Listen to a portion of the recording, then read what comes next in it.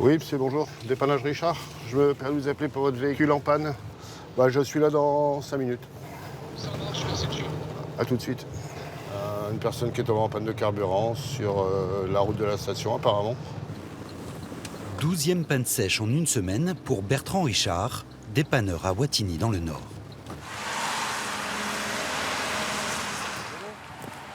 Ça va, ça pourrait aller mieux.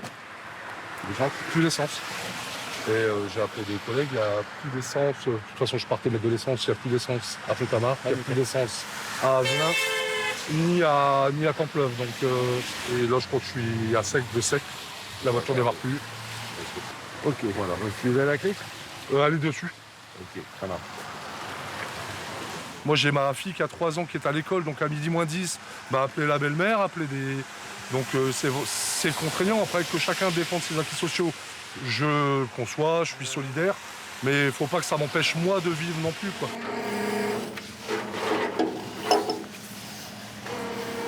J'ai votre téléphone. Ouais. Si je peux venir la récupérer. Si je trouve du carburant, je vous appelle. Tout au moins 5 litres, quoi. On essaiera de mettre 5 litres, mais bon. La Clio va être déposée au garage en attendant que Bertrand trouve du carburant.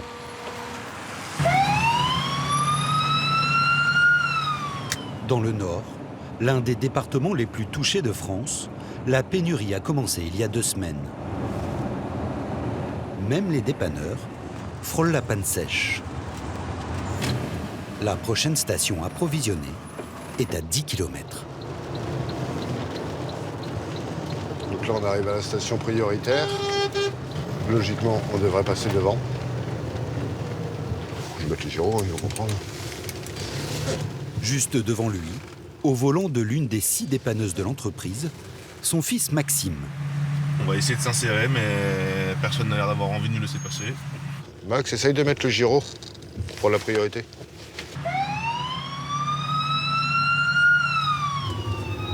Ah, lui, il met la sirène direct. Mets-toi à gauche. Monsieur, te laisse passer. Ok, on va aller lui dire merci parce que... Il y a encore des gens bien dans ce monde.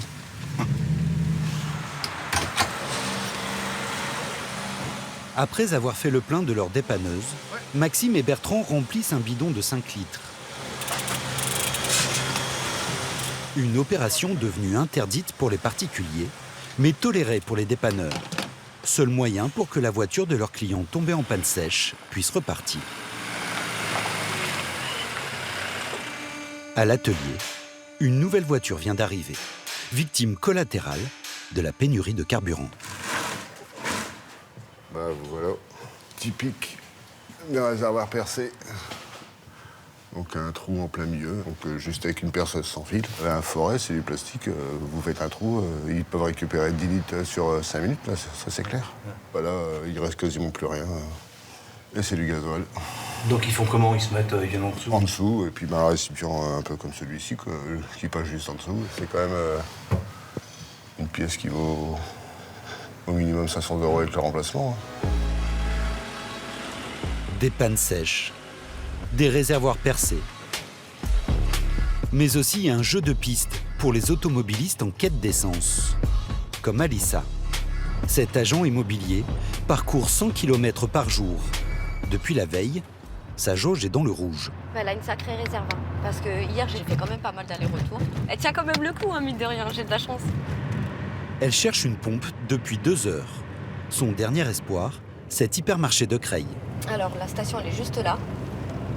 L'enseigne a balisé le parcours de la file d'attente. Avant d'accéder à la pompe, il faut aller au bout de cette route, jusqu'au rond-point, et faire demi-tour. Au total, plus d'1 heure de queue. Là je vais essayer de faire demi-tour pour aller plus vite. Je vais essayer de gruger la queue. Alissa fait semblant de se garer dans le magasin d'à côté. Non, ça va. Je vais laisser passer quelques voitures, comme ça ceux du fond ils verront sûrement pas. Puis elle repart et s'insère l'air de rien dans la file d'attente. Après je veux pas forcer non plus, je vais attendre que quelqu'un soit gentil pour me laisser passer quand même. Là vous avez gagné combien de temps là? Oh, facile une demi-heure je pense. Hein. Au moins. Attendez, s'il vous plaît. Là, en face, tout droit. La Yaris. Après, j'arrête ici.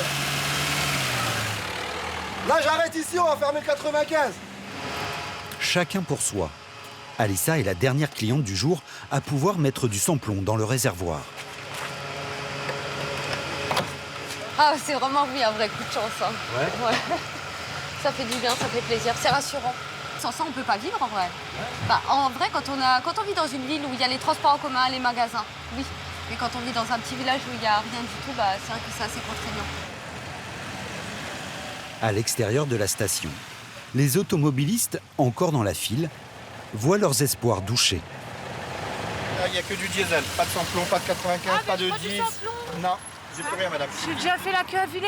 Ouais, je suis vide, madame. Oh non, ça fait 2 heures que je suis à Villers, Je ne pourrais pas monsieur. vous dire autre chose. Je suis en réserve, je peux même pas aller travailler. Je suis désolé, là, je ne pourrais pas vous aider sur ce coup-là. Comment? Eva dégaine le portable pour trouver une station encore ouverte autour d'elle. Véhicule d'urgence, fermé temporairement, rupture de carburant. Malheureusement, là, on a rien du tout, quoi. Là, la plus proche, il y en a pour 20 km et on n'est même pas sûr d'en avoir, quoi. Donc là, ça devient vraiment critique. Avec son amie Morgane, Eva tente quand même le coup. Cela fait 2h30 qu'elle tourne. Siana, sa fille d'1 an, s'impatiente. Eva est intérimaire. La nuit, elle dresse des inventaires dans les magasins de la région. Sa voiture est son seul moyen de transport. Parce que là, on n'a plus rien du tout, Eva. Non, mais là, c'est la dernière, elle est en train de clignoter. Hein. Là, elle clignote. Hein. Je suis sûre, on n'a plus rien. T'es sûr qu'on va rentrer? Villers-Saint-Paul, c'est leur dernière chance. Comme partout, la file d'attente est interminable. Bonjour, essence. Essence, vous ne faudra pas vous tromper, vous avez qu'une pompe. Bon, alors finalement, vous allez en avoir? On espère. On croise tout, là. Chef, madame, avancez un petit peu, s'il vous plaît. Ça, tu peux avancer un tout petit peu, s'il te plaît, merci. C'est bon? Gasoil, chef. Vous êtes salarié de la station? Non, moi, je suis pas salarié, je suis bénévole, c'est tout. Je gagnerai un gaz. Oui, bonjour. SP98. SP98, vous avez ici et ici. Kangoo, s'il te plaît. Rafid est au chômage depuis de longs mois. Avancer. Merci, chef. Le temps de la pénurie, il retrouve le plaisir de se rendre utile. Gasoil, tu peux, t'inquiète, tu dors. Moi, ça me passe le temps, moi, ça me va, moi, monsieur, je suis bien, moi. Tant que les gens ils sont heureux, je suis heureux, tout le monde il est content. Il n'y a pas de bordel, c'est bien, regardez, tout le monde il est calme, ça crie pas, il n'y a pas de klaxon depuis tout à l'heure, vous voyez. Ouais, mettez-vous là, comme ça vous serez tranquille. Ok, pas de soucis. Au total, il aura fallu 5 heures à Eva et Morgane pour faire le plein. Enfin, un petit peu d'essence. Ça marche. Enfin. Ah, quel plaisir. C'est vrai? C'est un plaisir de mettre de l'essence. Pour une fois. L'angoisse de la panne sèche est encore plus forte chez certains professionnels, en particulier les agriculteurs. Lux Messart, qui cultive 230 hectares avec son frère dans l'Oise, est en pleine saison des semis. C'est vraiment la période où on doit semer, arracher les betteraves. C'est la période où il y a énormément besoin. Sur notre exploitation, sur une journée, en ce moment, c'est 500, 600, 700 litres de besoin. Pour semer cette parcelle, 2 tracteurs sont nécessaires. L'un laboure, l'autre plante. Pour éviter de trop consommer, c'est pédale douce. À plein régime, on serait à 2100 tours minute. Et là, on le réduit de 400 tours. Ça fait une économie là, de 7-8 litres à l'heure. Ouais, Esteban. Ce que tu fais, c'est que tu t'arrêtes au bout, là, si tu n'as pas assez de carburant. Et puis, on va transvider. Le tracteur qui laboure est sur la réserve depuis 1 heure. Luc, lui, a encore 43% de carburant dans son réservoir. À l'aide de cette petite pompe électrique, Alors là, faut pas se tromper. il siphonne. Le bouton rouge sur le bouton rouge. Allez, ça fait des étincelles. Voilà. T'en prends pas trop, hein, je vais regarder comme je suis pour toi. Ça devrait le faire. Jamais de temps regarder ce voyant. D'habitude, on ne savait même pas que tu avais un voyant de carburant d'ailleurs. Comme lui, 300 agriculteurs de l'Oise attendent d'être approvisionnés en fioul. On a un groupe WhatsApp entre agriculteurs. Depuis le départ, c'est que ça, hein. Commandé passé aujourd'hui, livraison prévue mardi au plus tard, au plus tôt mercredi, hein. Ça c'est pour la semaine prochaine. Normalement, il aurait dû avoir 5000 litres, il les aura pas. Cet après-midi, 1000 litres sur les 2000 litres commandés, Vincent. Luc attend 5000 litres depuis début octobre. La livraison est sans cesse reportée. C'est vide. C'est un bruit qu'on n'aime pas entendre quand on a encore du travail. Mais là, la cuve, elle est entièrement vide d'ailleurs. Rien qu'au bruit, on l'entend. Après, on peut jauger. Ici, hop, ça rentre. Ces 2 cuves Ah, il va peut-être pas être trop souple. sont complètement sèches. Allez voir jusqu'à où on est allé. C'est sec, c'est sec, c'est sec, c'est sec, c'est sec. Voilà. Il n'y a même pas une goutte. Je sentirais même pas le fioul. Il a décidé de ne plus faire tourner qu'un seul tracteur, celui utilisé pour nourrir ses 107 vaches laitières. Il estime qu'il lui reste 2 jours d'autonomie.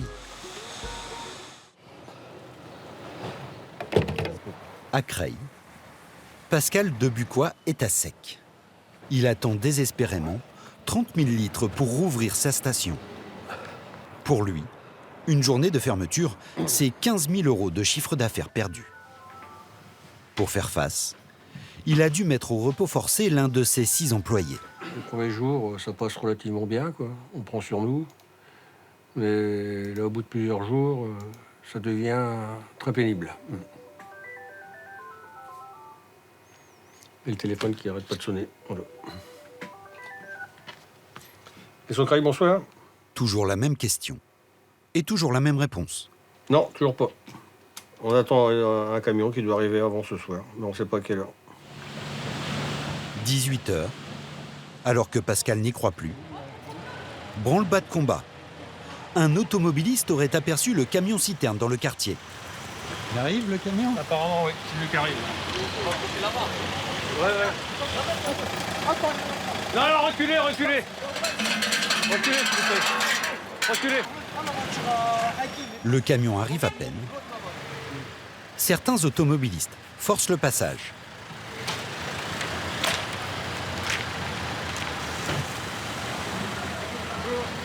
Bon, ça va bien? Ah, c'est bien. Tu vas te faire agresser? Non, ça va. C'est la station, les gens sont excités, mais sinon... En moins de 15 minutes, une file d'attente de plusieurs centaines de mètres. Là, ça va être la grosse panique. Pascal dit ne pas avoir augmenté ses marges. Le litre de samplon 98 est affiché à 1,93 €. Je limite à 50 € maxi à tout le monde. 2 premiers clients, ils ont des bidons. Pour réguler le trafic, il a fait appel à des jeunes du quartier. Vas-y, passe. Allez-y, vas-y. Comme Mohamed, 18 ans, venu bénévolement après le lycée. On aide, on essaie d'aider nos amis. Mais la tension monte.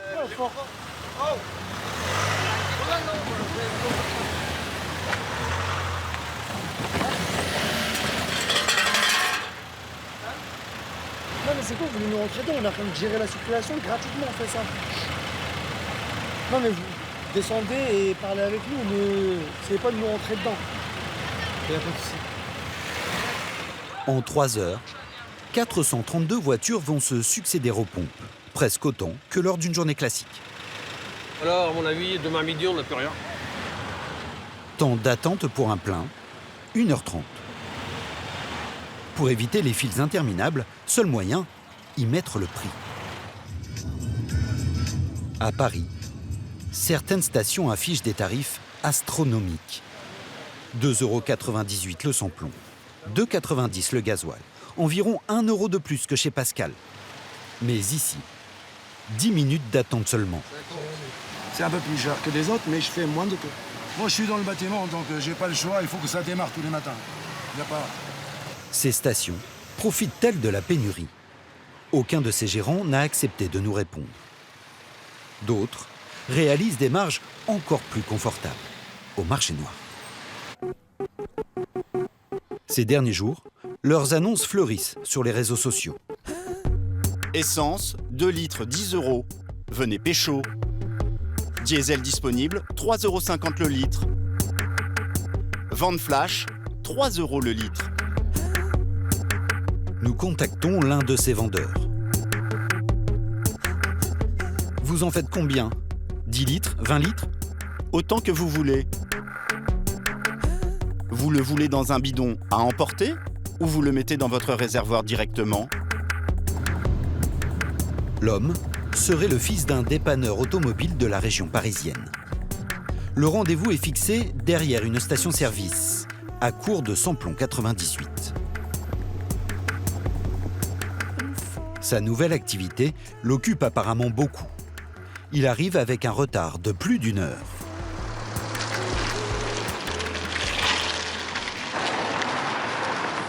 Bonjour. Bonsoir. Ça va et vous? Ça va. Ouais. Et bon, alors, qu'est-ce qui s'est passé? Trop de monde? C'est ça. En fait, il voulait me prendre 40 litres, il m'a pris 60. Donc, Alors, qu'est-ce que vous avez? Vous avez... J'ai 20 litres de 98. Ouais. Vous pouvez demander. En ce moment, là, ça vaut de l'or. Vous pensez que c'est fini, là? Vous, ça s'arrête pour vous, là? Moi, je veux arrêter. Après, j'ai des potes qui le font. Donc, si vous voulez encore... Ouais. Je peux essayer de trouver ça. Vous avez des potes qui continuent à faire ça? Après, c'est eux, ils livrent, surtout sur Paris, tout ça, ils livrent plus loin. D'accord. Ok, voilà. Ils se font des gros jerrycans et... Ouais, c'est plus de la grosse quantité. Ah bon? C'est ça. Style beaucoup hein. Ah bah, minimum 1000 litres. Ah ouais? Ah ouais, pour des particuliers. Pour des particuliers, après, ils font des petits bidons. Ah ouais? La revente de carburant au marché noir est punissable de 6 mois de prison et 3 750 € d'amende. Ça ne dissuade pas certains profiteurs de crise. Celui-ci propose sur le Bon Coin 10 litres de super à 100 €. À ce prix-là, il livre à domicile. Nous le retrouvons en plein Paris. Bonjour, vous allez bien? Bien et vous? Il n'y a pas de problème. Vous avez fait bonne route? Oh, franchement, j'ai fait 3 livraisons ce matin, donc ouais, c'était un peu long, mais bonne route. 3 livraisons ce matin? Vous faites le tour de l'île de France, vous faites quoi? Ah ouais? Ah ouais? Là, je viens de Montmorency, donc c'est pas à côté, fallait que je vienne, et puis circuler à Paris, c'est pas évident. Tu as un boulot à côté et tout? Ouais, bah exactement, moi c'est bien, c'est tout bien à côté. Du coup, ça me permet de pouvoir faire mon ordinateur, parce que là, j'en ai avoir besoin. Bah écoutez, tu vas faire un peu d'argent, là, fais ça en offre, quoi. Du coup, le petit bidon, il est là, c'est le dernier d'espoir. D'accord. Et elle vient de... 100% pur, de l'essence. Hier soir, à minuit, 2h du matin, je suis allé la prendre à la station essence dernier, en tour. Mettre comme ça. Moi, je le tiens. Ouais, je veux bien, merci. Et vous en vendez beaucoup à 100 € les 10 litres? Franchement, j'en ai vendu 3 à 100 €. Donc, franchement, au niveau marge, on y est, quoi. J'en reviens pas, hein. Je vais pas vous mentir, j'en profite parce que je peux en profiter, mais j'en reviens pas. Vous êtes fait un petit bénéfice de quelques centaines d'euros. Oui, exactement, c'est ça. Bon, mon objectif, ça serait de me rapprocher du millier. Je vous le fais à 65-70, il n'y a pas... 65 ou 70? 65. Je vous remercie. Merci à vous. J'espère que mon service vous a plu. À une très prochaine fois. Merci beaucoup. Au revoir.